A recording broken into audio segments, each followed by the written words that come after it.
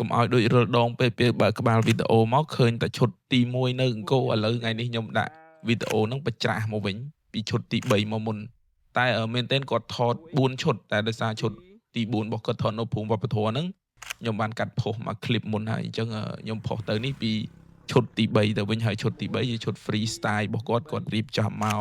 ខ្លួនឯងហើយកន្លែងនេះគឺយើងថតលេងជាមួយនឹងឡានរបស់គាត់បាន3 4ប៉ុស្តិ៍ទុកជាអនុស្សាវរីយ៍ឲ្យគាត់ហើយកន្លែងនេះយើងថតបែប free style នេះពឹងលើសមត្ថភាពកូនកន្លោះកូនកំមុំអីអាចលេងបានប៉ុណ្ណារូបស្អាតប៉ុណ្ណឹងហើយបន្ទាប់មកទៀតនេះឈុតទី2យើងថតនៅកន្លែងទូកនៅទន្លេអ៊ុំហើយកន្លែងទូកនៅទន្លេអ៊ុំនេះអានឹងជាការរៀបចំរបស់ជាងថតជួយរៀបចំរៀបអីព្រោះដោយសារឈុតបុរាណកូនកំមុំលើកផ្កាយកទៅផ្កាមកយកទៅផ្កាតែលើកថើបតែម្ខាងបានទេណាលើកថើបខាងនោះហ្នឹងបានកូនកំមុំរៀងត្រេមុខម្នេះបន្តិចរៀងពេលចកេះម្នេះវិញបន្តិចតោះតកង់ក្រាបបានមើលចំកាមេរ៉ា1 2 3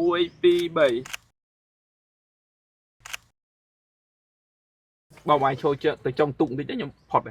ខ្ញុំយកបានអូខេមកមើលកាមេរ៉ាមួយទៀត1 2 3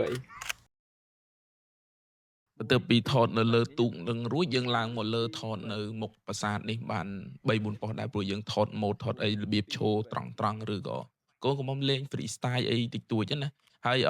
សម្រាប់បងប្អូនដែលមានបំណងចង់ថត pre wedding នៅខែ6និងខែ7ខ្ញុំមាន special offer ឲ្យបងប្អូនទាំងអស់គ្នាសម្រាប់ព័ត៌មានលម្អិតបងប្អូនអាចឆាតចូល page បានព្រោះខ្ញុំមាននិយាយត្រង់មាន discount ខ្លះសម្រាប់បងប្អូនដែលចង់ថតខែ6និងខែ7សម្រាប់បងប្អូនដែលមានកម្រងរៀបអាពាហ៍ពិពាហ៍នៅខែ11ឬក៏ខែ12ឬក៏ចូលឆ្នាំថ្មីខែ1អីអាចថត pre wedding ពីខែ6ខែ7នេះបានញឹម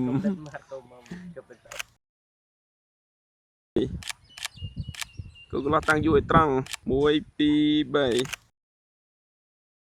1 2 3ដាក់ចូលគាត់ដាក់ចូលអូខេកាន់ដៃទប់ដែរប៉ុណ្ណឹងមកបាំងចូលយកបាទលើតិចខិតលើតិចហ្នឹងប៉ុណ្ណឹងត3 2 1គេ1 2 3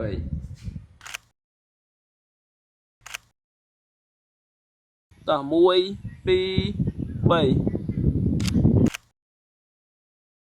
អរេកូនកំមុំដាក់ដៃដូចមិញហ្នឹងអរេដាក់តែបញ្ជាហៀងបានហើយខាងនេះក្តោបមកសពុតខ្ញុំមើលមកចេញវិញចិត្តទាំងពីរនេះមួយបាទ3 2